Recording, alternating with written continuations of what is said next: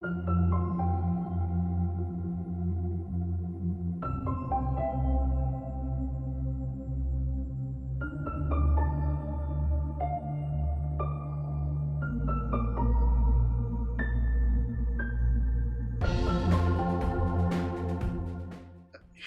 the challenge for management today, and the challenge for leaders in general, whether it's corporate or not for profit. Um, so often, the number one issue in among employees in their relationship to leadership is communications. There's never enough communications. Guarantee you that if you do an all-employee survey, one thing that will come up at the top of the list, if not the top, will be communications. Because of COVID and through Zoom, CEOs are communicating more than ever, but it's hard to communicate what's really going on just through Zoom, without the coffee, without the lunch, without the t-shirts, without the Thursday afternoon cocktail hours, all of those things. I've talked to some young people lately, late 20s, who sit through all hands meetings every Monday. Every Monday there's an all hands meeting with the CEO. Everybody's on a Zoom, just like this one. And they just cannot stand them anymore because it's the same thing every week. Nothing very much happens week to week. And they're wondering why we do this anymore. Pre-COVID, that would have been a great thing to have too much communications. Now they're sitting around trying to communicate. And I think that people are trying to figure out how much is the right amount of communications, how much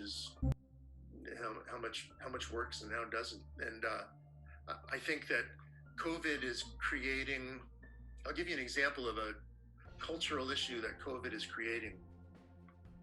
And I just saw a survey yesterday. It was done by WeWork, who obviously has a vested interest in the results. But of all the people that they surveyed, and it was a large survey, 9%, only 9% of employees want to go back to the way it was. About 30% want to go back to the office. And everyone else wants a hybrid, which is telling us all that people want a culture moving forward that's really flexible. So how do you create a culture when some people are there sometimes, some people are home all the time? I mean, it's going to get more difficult to create a culture because it's not going to go back to the way it was. And I'll give you an example. I'll double click on something that people talk about. And that's under COVID, a cultural change that has shifted is the commute. Now, when I say the commute's changed, they say, well, people don't like to be in their car that much. Yeah, that's true. But an unintended consequence of people working from home is everyone received a raise because they're not spending money on gas. They're not spending money on tolls. They're not trading in their junker for a new car. So that's part of the whole compensation system has changed. And that's part of the culture that people don't want to go back to. So there's a lot of examples like that, but COVID has really changed things, and it's not going to go back.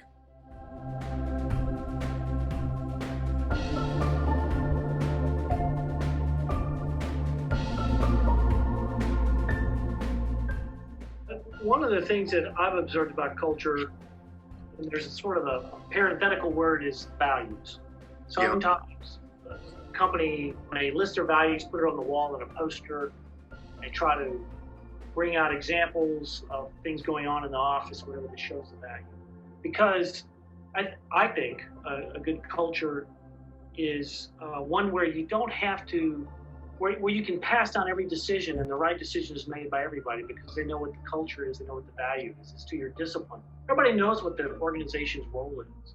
How much connective tissue? Let's take I don't know, have you ever been on this is a little pop quiz here. Have you been on an aircraft carrier with 5,000 sailors? I got the privilege of doing that recently, and I asked the captain, I said, how do you convey orders? He says, I walk around, I go all the way down to the bottom of the ship, and make sure everybody understands what's going on. I said, there's 5,000 people. Are you talking to 5,000 people every day? He says, not every day, but every week. Anyway, I thought that was a pretty interesting thing. Do you have to do that in corporate, or is it just by example? It's all about the behaviors. Now, we need to talk about COVID when it comes to culture for sure, because that has put culture into a crazy spot, and I think that the cultures, corporate cultures are now in transitions like they've never been before. The one thing that a board can do is help the CEO understand what kind of culture he or she is trying to create. And if you ask a CEO today, what's the culture in the organization, if he or she doesn't say it's in transition, then they're not telling the truth, because the culture in every organization under COVID is being redefined. While we're fixing the airplane while it's in the air.